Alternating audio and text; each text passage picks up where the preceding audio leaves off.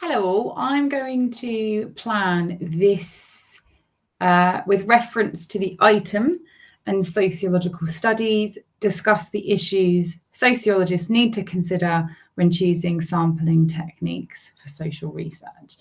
It's the paper on page 108 of your booklets. So, reference to the item, have to reference the item in every single 20. It's really, really important. You lose about 4 marks, or you don't gain about 4 marks, should I say. And sociological studies, you need to include 2. Discuss the issues sociologists need to consider with using a sampling method. Okay, so I've got my plan ready. So I've written my pervert down the side of my page. This is quite a tricky 20, I have to say, but we still use the same structure as before. We still write perverts. We still spend a good 10 minutes of the 35 minutes we have planning it to ensure that we have included the item and sociological studies, and that we are pulling out as much points as we possibly can. So the first thing I'm going to do under the theory is I'm going to provide a definition. So a sample is a small proportion of people. It's a small proportion of people selected to take part in a, what was the language they used? In social research. Always start with the definition. Sample is a small proportion of people selected to take part in social research.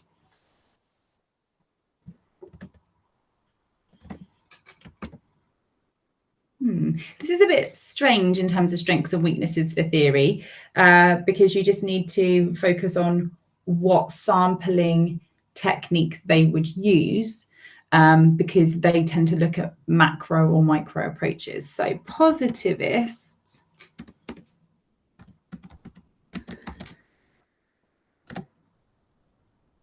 focus on scientific, macro perspectives and seek to establish patterns and trends. They tend to take a scientific macro perspective and seek to establish patterns and trends.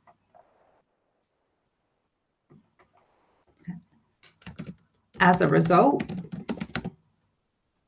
they seek large samples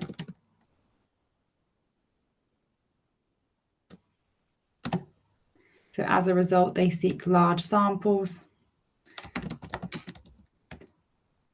are representative.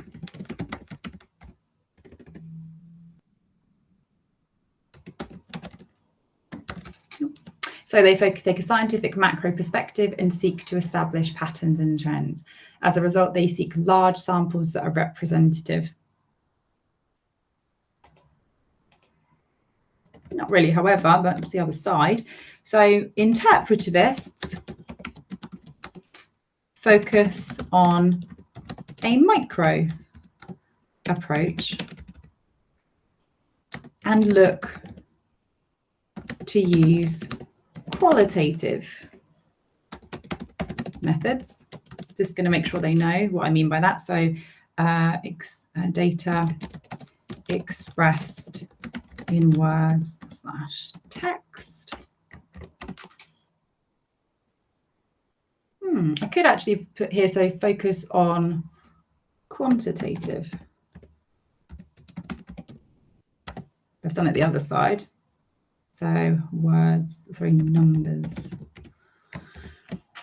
Apologies, I just moved back there, but I thought if I've done it that side, I should do it that side. So interpretivists focus on a micro approach and look to use qualitative methods.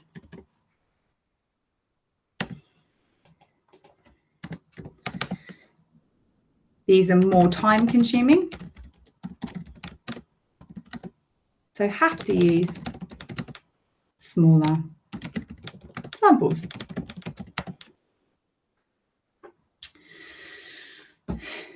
They also tend to look, at deviant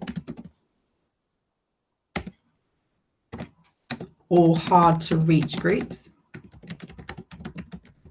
They also tend to look at deviant or hard to reach. Remember, I said we use the inverted commas here because society might consider female bodybuilders deviant, but we would hope as empathetic individuals and also sociologists that we're much more understanding. But they tend to look at deviant or hard to reach groups.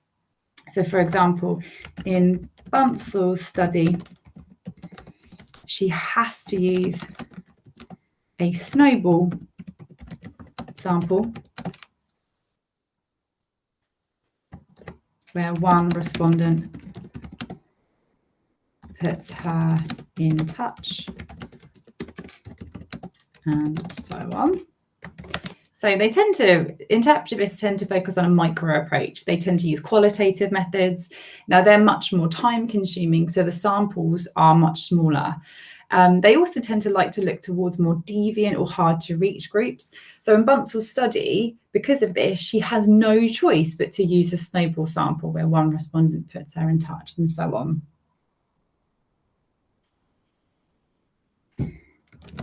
As she takes a Verstein approach and is researching a marginalized group, a group that's been pushed to the edge of society. Oops, Verstein right there. So positivists, because they like macro, will therefore seek to establish very large samples, and interpretivists, because they're micro and qualitative and like to look at those deviant or hard to reach groups, they will have no choice but to have much smaller samples or be reduced to using a snowball, particularly if they are deviant or hard to reach. It's quite nice because in my examples, I have used Bunsel and a snowball. So that's one study used and ticked off my to-do list. So that's nice. And that's, I know it's the first paragraph we plan, but that is paragraph 1. Let's do theory first with the definition and then positivism and interpretivists. Right, practical. So practical is always time, money, and the ability to gain access to groups. Right, when I think of access, I think, okay, if you can access a sampling frame, then that's going to mean that you can use those systematic, stratified, and random. So if you can access, if a researcher can gain access to a sampling frame. If I was teaching you, I'd ask you what they are. It is a list of potential. It's just because you want them to take part doesn't mean they will. So researchers can get, if a researcher can gain access to a sampling frame, a list of potential respondents, they could use they could have the choice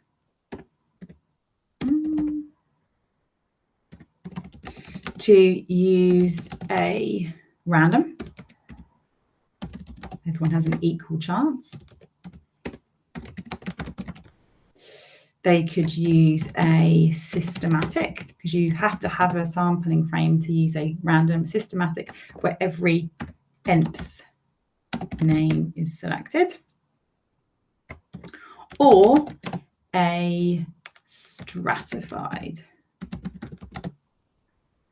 where the frame, the list or the sampling frame, is subdivided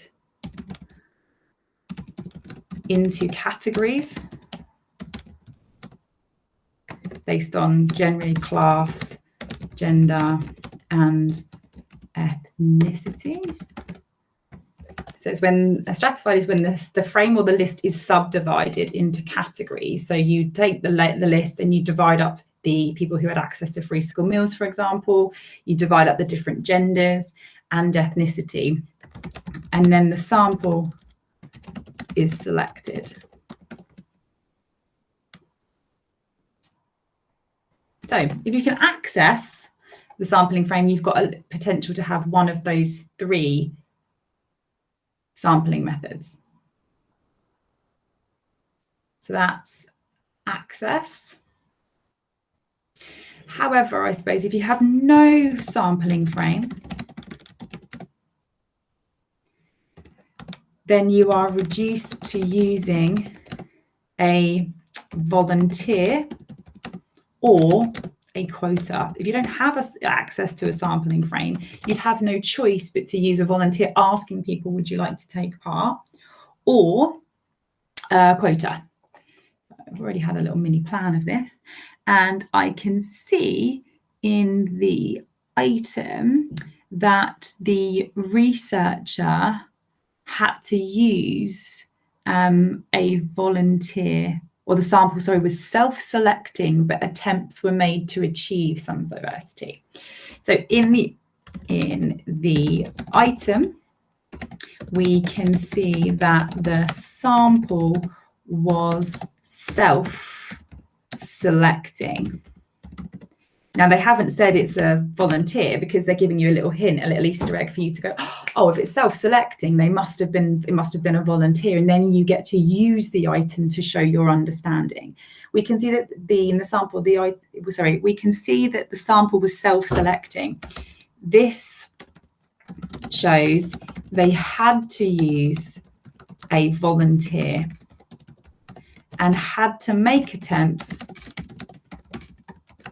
to have, what's the language they use, to have or to achieve some diversity, to achieve some diversity. This shows, like a 35 marker, this shows that volunteer samples are not very representative. They're hinting that you had to use a volunteer. Self-selecting is the language they use, and they had to try and attempt to achieve some diversity, suggesting that it's in no way representative. So that again helps us use the item. So I can go down to my examples and be like, woohoo, I have used the item. So I get my lovely 4 marks and move up my band. So item I've used, I'm just going to give a little cross to say I've ticked that off. So I've got access because I've used the kind of sampling frame point. I'm going to say however here as well, though. The best one is a stratified. So however, stratified samples are time consuming to subdivide the categories.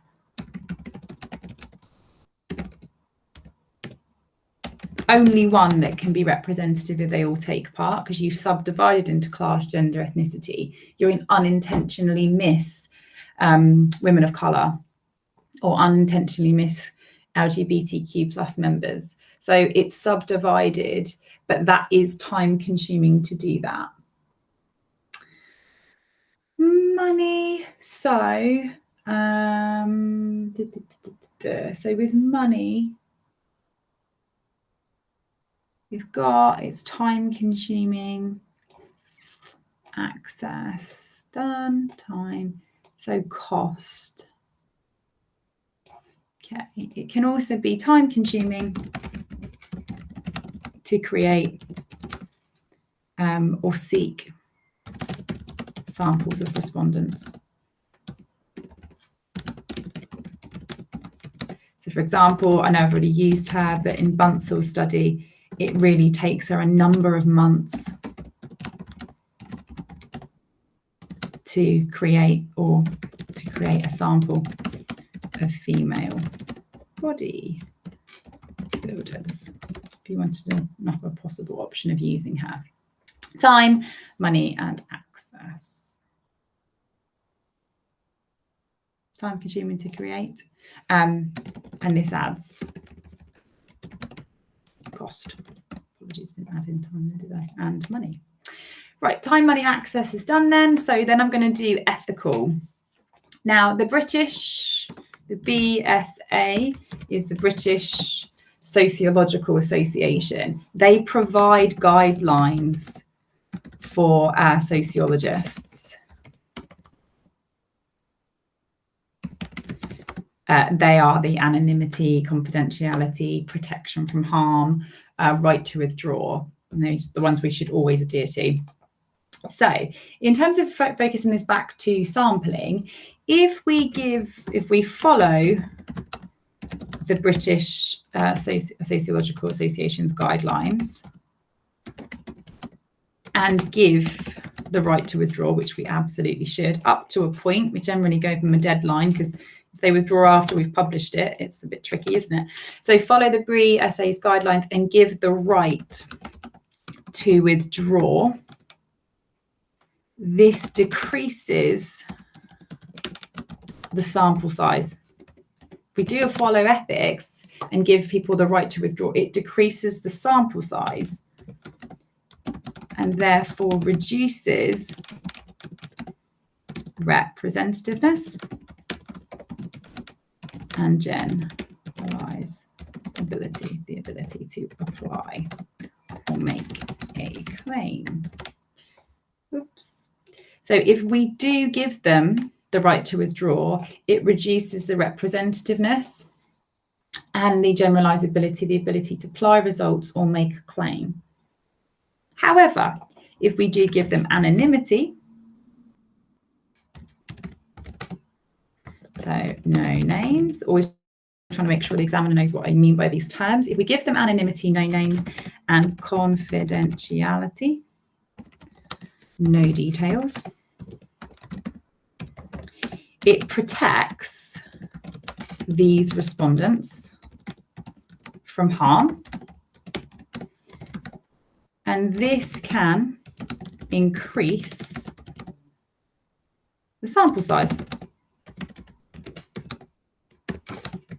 as respondents may be more likely to take part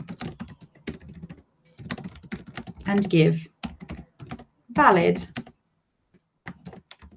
truthful information.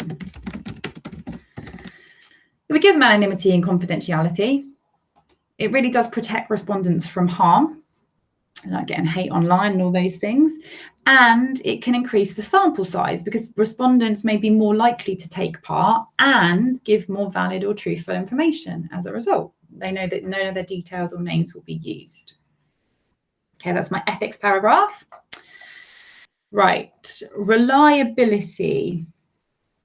This is a bit tricky because it just seems, well, it's the ability, just to clarify, reliability is only about questions. So I've marked a couple of your essays and there's a little bit of confusion sometimes with reliability and rep, which is quite common.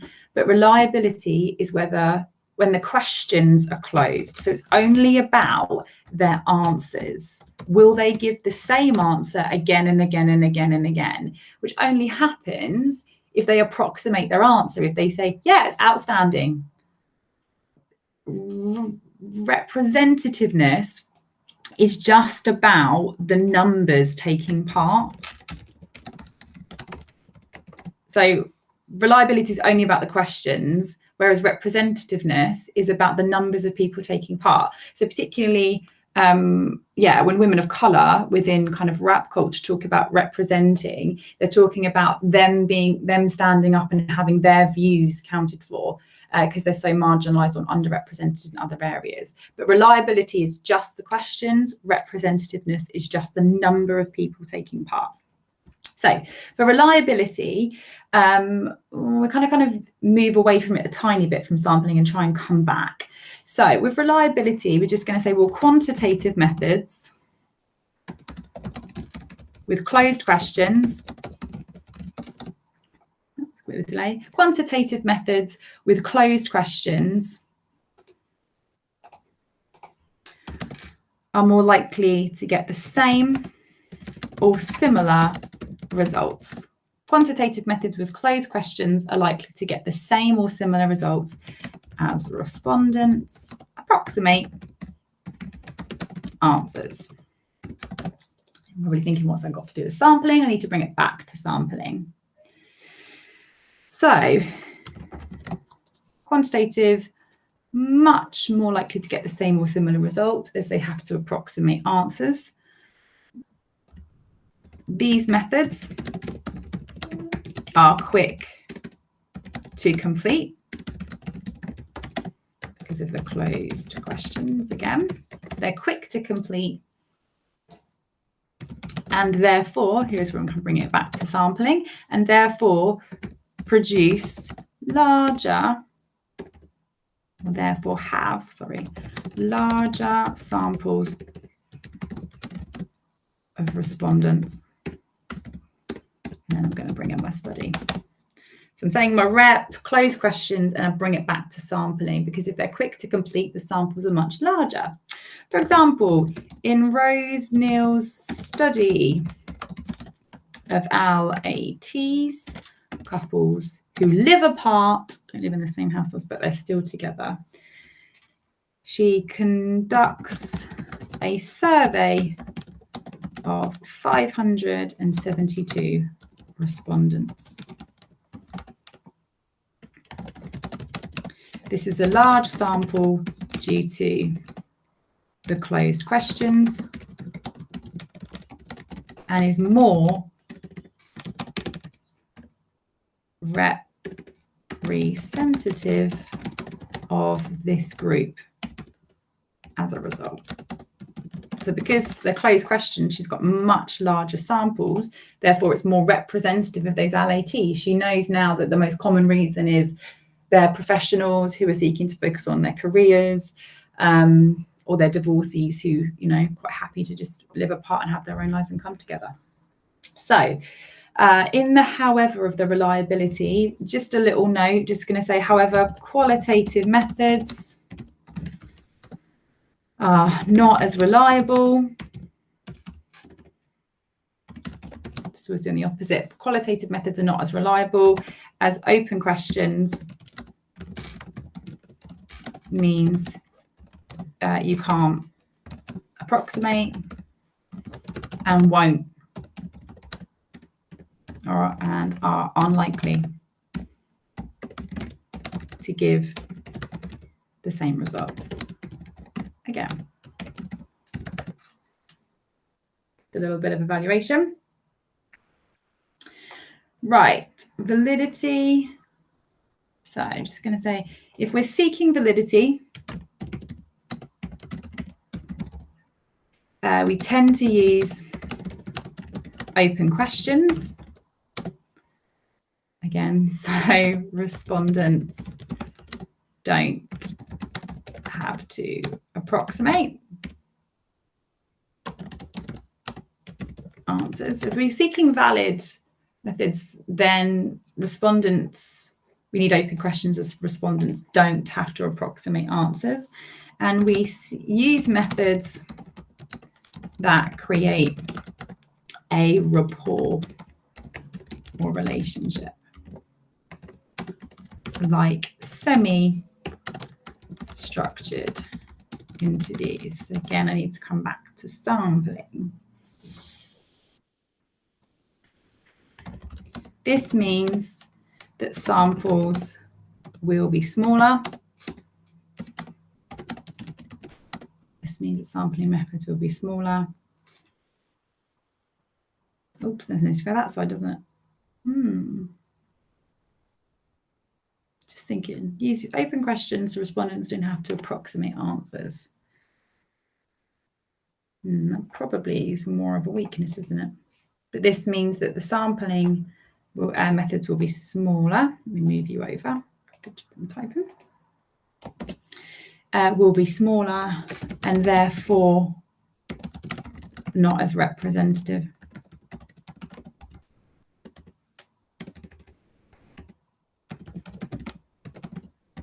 As a result.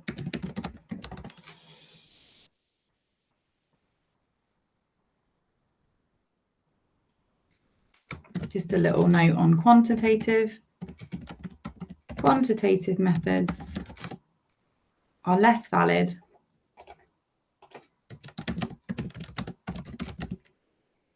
but will have larger samples due to the closed questions. Definitely repeating that point a little bit, so I'm not going to go into too much detail. I just want the examiner to know that I really do understand the difference between them, but more importantly, the impact on sampling as a result. I used Bunsell, I used Rose Neal and her LATs, and I definitely used the item. So one paragraph left on the rep and gen. With this one, I'm not gonna produce a paragraph here. You're welcome to if you think that you really want to stress the point again that quantitative methods, or quantitative or stratified are more representative, or larger samples are more representative. That quantitative, stratified and larger samples lead to more representative samples that account the key differences and lead to more generalizable data. So that quantitative methods, closed questions, the stratified and larger samples are more likely to have those representative samples and account for those differences and lead to more generalizable data that can be applied. However, qualitative methods, snowball, volunteer, tend to have much smaller samples as they are time consuming,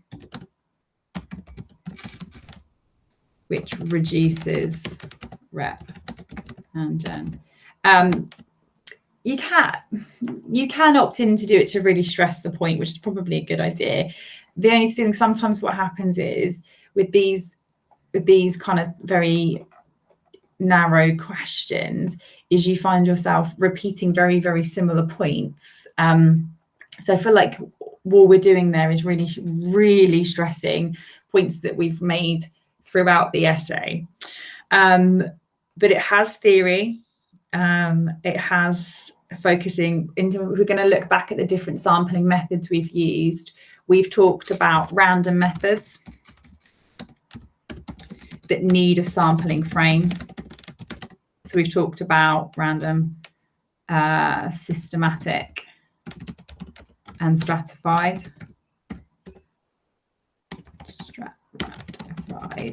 And we've talked about non-random. We've talked about volunteer. We've talked about snowball.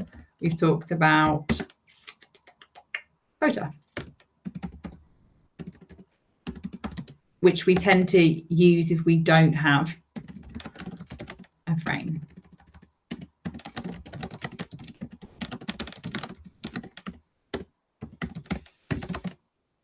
So in terms of reviewing all the sampling methods, I would argue you've done that in really good detail.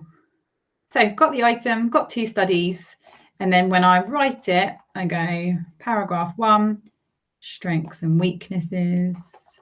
Then I go paragraph 2, paragraph 3 is ethics, paragraph 4, paragraph 5 is validity. Examples doesn't need one. And then maybe just a paragraph 6, just stressing those points if I've got time. That's never a paragraph. If anything, it doesn't work very well as a paragraph because it's stunted. It doesn't flow into the rest of the essay. So if you have any questions, do let me know. But that one is the 20 marker of sampling techniques or sampling methods on page 108 of your booklet. Thank you, folks.